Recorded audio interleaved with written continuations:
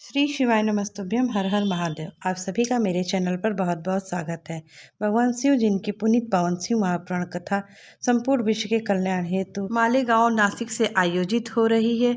श्री पुण्य शिव महापुराण कथा के आज चौथे दिन की कथा की विशेष जानकारी, पत्र तथा उपाय इस प्रकार। आज की कथा में गुरु जी ने बताया, एक बार माता पार्वती ने भोलेनाथ जी से पूछा कि मरे हुए व्यक्ति को इतना सजा धजा कर शमशान क्यों ले जाया जाता है। तो भोलेनाथ जी इसका जवाब देते हुए बोलते हैं, शमशान में मैं रहता हूँ और यहाँ लोग मुझसे मिलने आते हैं। जब हम किसी से प्रेम करते हैं, उसको रिझाने के लिए हम श्रृंगार करते हैं, इसलिए शमशान में मरे व्यक्ति को इतना सजा धजा कर लाते हैं। आज की कथा की पहली जानकारी, जो पुण्य हमें मंदिर जाने से नहीं मिलता, तीर्थ करने से नहीं मिलता, भजन कीर्तन करने से नहीं मिलता, कुंभ स्नान करने से नहीं मिलता, वह पुण्य हमें किसी साधारण से व्यक्ति की मदद करने से मिल जाता है। आज की कथा की दूसरी जानकारी, भगवान ने कभी किसी के साथ भेदभाव नहीं किया है, उसके लिए सभी मनुष्य एक समान है। ब्राह्मण, क्षत्रिय, वैश्य, शूद्र, ये चारों सनातन धर्म के चार पाए हैं। इन चारों का होना सनातन धर्म के लिए अति आवश्यक है। आज की कथा की तीसरी जानकारी, जब हम किसी की निंदा कर रहे होते हैं तो उसका सारा पाप हमारे भाग्य में आ जाता है और हमारे हिस्से का पुण्य उसके भाग में चला जाता है। निंदा करने वाले से ज्यादा पापी निंदा सुनने वाला होता है। आज की कथा की चौथी जानकारी, आज की कथा में गुरुजी ने बताया, स्कंद पुराण के अनुसार 7 पाप में से एक पाप ऐसा होता है जिसका दंड यमराज नहीं देते, स्वयं महादेव देते हैं। 7 पाप में से एक पाप का दंड स्वयं महादेव देते हैं। वह पाप है किसी गर्भवती स्त्री की निंदा और किसी रजस्वला धर्म की स्त्री को गाली देना, निंदा करना। अपशब्द कहने वाले व्यक्ति को मरने से पहले शंकर जी जरूर दंड देते हैं। आज की कथा में पहला पत्र एक सरकारी हॉस्पिटल की नर्स का था, जिसमें उन्होंने लिखा था, गुरुजी आपने जो बताया था, हॉस्पिटल में यदि बच्चे का जन्म हुआ हो और वह बच्चा किसी कारण से रोया नहीं तो आपके द्वारा बताया गया श्रद्धा श्रद्धा श्रद्धा इन नाम का 3 बार जाप करने से बच्चा तुरंत रोना शुरू कर देता है। तो उसी प्रकार हम कई जन्मे बच्चे को जो रोते नहीं हैं, उनको कोई परेशानी होती है तो उनके काम ने हम 3 बार स्वधा स्वधा स्वधा नाम का जाप करते हैं।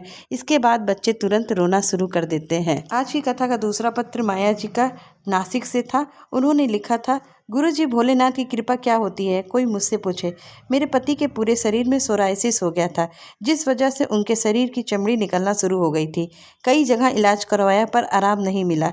एक दिन आपकी शिव महापुराण की कथा सुन पशुपति व्रत भी किया। शिव जी पर 1 लोटा जल चढ़ाती और वही जल अपने पति को पिलाती और शिव जी पर चढ़ी बेलपत्र को कुंदकेश्वर महादेव का नाम लेकर खिलाती। बाबा की ऐसी कृपा हुई कि मेरे पति की बीमारी पूरी तरह से ठीक हो गई। हम यहाँ बाबा को धोख लगाने आए हैं। आज की कथा का तीसरा पत्र सुनीता जी धूलिया से था, जिसमें उन्होंने लिखा, गुरुजी बाबा की कृपा क्या होती है, इसका क्या बखान करूं। एक बार मेरे गर्भाशय में गांठ हो गई थी। जांच करवाने के बाद पता चला यह गांठ कैंसर की गांठ थी। कुछ समय बाद ऑपरेशन करवाया, उसके बाद फिर से एक गठान हो गया। डॉक्टरों ने दोबारा ऑपरेशन करवाने को बोला, लेकिन कब तक मैं ऑपरेशन करवाती। फिर किसी ने मुझे आपकी कथा के बारे में बताया, 1 लोटे जल और 1 बेलपत्र का महत्व बताया। उसके बाद 1 लोटा जल 1 बेलपत्र महादेव को चढ़ाने लगी।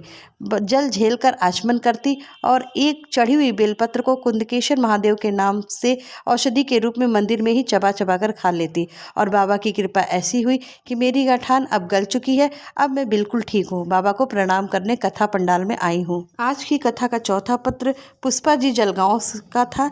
गुरुजी मैंने आपकी मंदोदरी शिव महापुराण की कथा पूरे मन से 7 दिन सुनी थी। कई वर्ष हो गए मेरी बेटी को कोई संतान न थी। मंदोदरी शिव महापुराण की कथा के आखिरी दिन मैंने बाबा से विनती की, मेरी बेटी के यहाँ कोई संतान नहीं है, आप कृपा करें। और फिर आपका बताया सफ़ेद आंकड़े की जड़ वाला उपाय भी अपनी बेटी से करवाया। गुरुजी 3 महीने भी नहीं निकले, मेरी बेटी के यहाँ से खुशखबरी आ गई। मैं बाबा को प्रणाम करने पंडाल में आई हूँ। गुरुजी ने कथा में कुछ ऐसी बातें भी बताई जो हमें नहीं पता है। जैसे श्री पुण्य शिव महापुराण की कथा में गुरुजी ने बताया, श्री कृष्ण के 24 अवतार का पुण्य और भोले बाबा के ऊपर चढ़ाए गए 1 लोटे जल का पुण्य एक बराबर होता है। यदि आपका पशुपति व्रत नहीं है और आप मंदिर गए हैं और वहाँ पर पशुपति व्रत का 2 हिस्से का प्रसाद रखा हुआ है। सारा प्रसाद वहाँ इकट्ठा हो गया है, तो उस व्रत के प्रसाद को आप किसी भूखे को, ज़रूरतमंद को बांट सकते हैं। उसका पुण्य भी आपको प्राप्त होगा। शिव मंदिर पर चढ़ी हुई बेलपत्र को आप घर लाकर सुखाकर उसका चूर्ण बनाकर लोगों को खिलाएं। इसका भी पुण्य आपके खाते में चला आएगा। तो ये रही आज की कथा की संपूर्ण जानकारी, पत्र तथा उपाय। मिलते हैं अगली वीडियो में, तब तक के लिए श्री शिवाय नमस्तुभ्यम। हर हर महादेव।